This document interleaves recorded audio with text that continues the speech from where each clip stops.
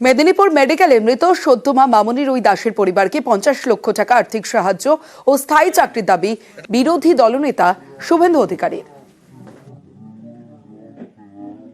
আমি একে বলে গেলাম 50 লক্ষ টাকার 1 টাকা কম সরকার যদি চেক দিতে আসে নেবেন না, রিফিউজ করবেন, আপনাকে নিয়ে অনেক দূর যাব আমরা। আর দ্বিতীয়, উনাকে পার্মানেন্ট চাকরি দিতে হবে গ্রুপ ডিতে। 10 বছর আগেই আরএল স্যালাইনে অভিযোগ, চাঞ্চল্যকর দাবি চিকিৎসক উদয়ন মিত্রর। আরো একবার জানিয়ে রাখি, 10 বছর আগেই আরএল স্যালাইনে অভিযোগ, চাঞ্চল্যকর দাবি চিকিৎসক উদয়ন মিত্রের। 2015-এ আলিপুরদুয়ার জেলা হাসপাতালে সদ্য মায়ের মৃত্যু। সরাসরি চলে যাব, রাজকুমার রয়েছে আমার সঙ্গে, রাজকুমারের সঙ্গে কথা বলবো। রাজকুমার, দুটো বিষয় জানতে চাইবো, যে ঠিক কি অভিযোগ চিকিৎসকের, অন্যদিকে 2015 সালে আরএল স্যালাইন নিয়ে কেন প্রশ্ন তুলেছিলেন?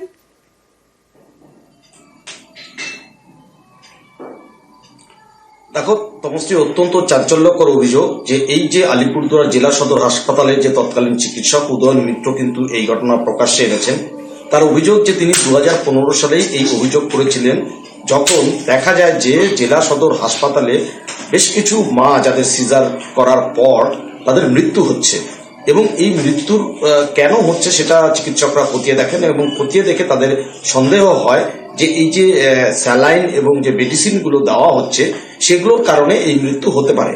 এবং তারপর কিন্তু বিষয়টি নিয়ে তারা হইচই করে এবং স্বাস্থ্য ভবনে তারা হাসপাতাল সুপারের কাছে তারা অভিযোগ করেন, এবং এই অভিযোগের পর সেই যে স্যালাইন এবং মেডিসিনগুলো কিন্তু বন্ধ করে দিয়ে বাইরের থেকে কেনা হয়।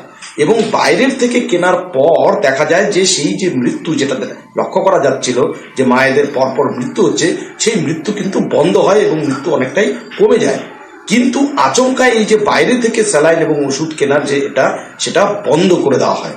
বন্ধ করে দেওয়ার পর যখন আবার সরকারি সাপ্লাইয়ের ওষুধ এবং স্যালাইন ব্যবহার করা হয়, তখন দেখা যায় সেই মৃত্যু আবার হচ্ছে। এবং তারপর কিন্তু তিনি স্বাস্থ্য ভবনে আবার কমপ্লেন করেন, অভিযোগ করেন, এবং তার অভিযোগ যে স্বাস্থ্য ভবনে অভিযোগ করার জন্য তাকে শোকজ করা হয়। এবং শুধু শোকজ নয়, পরবর্তীতে করোনার সময় অন্যান্য তার যে সহকর্মীরা ছিল তাদের পাশে দাঁড়ানোর জন্য সেই চিকিৎসককে ট্রান্সফারও করা হয়। এবং ট্রান্সফার করার পর তিনি কিন্তু সেই সময় থেকে কিন্তু ছুটি নিয়ে এখনো কিন্তু বিনা বেতনেই রয়েছেন। তিনি এখন আলিপুরদুয়ারে চিকিৎসা করেন ঠিকই, কিন্তু হাসপাতাল ছুটি নিয়ে বিনা বেতনে রয়েছেন। ফলে স্যালাইন নিয়ে কার্যত কিন্তু এই চাঞ্চল্যকর অভিযোগ কিন্তু উঠে এলো। বেশ রাজকুমার, সরকারি সাপ্লাই যে রিঙ্গার ল্যাকটেড, তার থেকে কোনো একটা সমস্যা থেকে এই সমস্যাগুলো হচ্ছিল, সেটা আমাদের তখন ধারণা হয়েছে। এবং এই ধারণাটা আরও বেশি বদ্ধমূল হলো যখন কিছুদিন পরে সরকারি হসপিটালে বাইরে থেকে পারচেস করা ওষুধপত্র বন্ধ হলো, আবার সেই পুরনো ওষুধ চালু হলো। তখন দেখা গেল পরপর 2টো মাদার ক্যাজুয়ালিটি হলো। এবং তখন আমরা আমাদের অবজারভেশনটা একটা নোট আকারে লিখে আমরা হায়ার অথরিটিকে প্রেস করি এবং তাকে স্বাস্থ্য ভবনকে ইনফর্ম করি।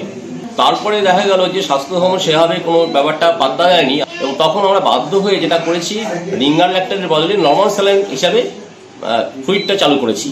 এবং তাতে দেখা গেল ক্যাজুয়ালিটি আবার আগের মতো কমে গেল। আমাকে 1 বছর পরে এই ঘটনার সিকোয়েন্স হিসাবে আমার যেটা ধারণা, আমাকে শোকজ করা হলো, আমাকে এখান থেকে ট্রান্সফার করে দেওয়া হলো মালদা চাঁচলে।